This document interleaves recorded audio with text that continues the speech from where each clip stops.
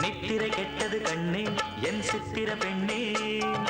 முத்திரை கண்டது முன்னே நீ தொட்டதன் பின்னே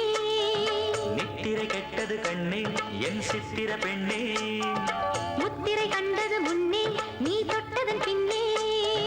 பூபாலம் கேட்டேனே பொன்மானை பார்த்தேனே பேசாமல் நின்றேனே பெண்ணென்று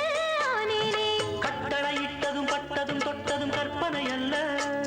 இளவெற்றிலை என்றொரு வெற்றிலை கண்டது அற்புதமல்ல நீ தொட்டதும் சுட்டது பட்டுடை விட்டது நானே சொல்ல பாராமல் பார்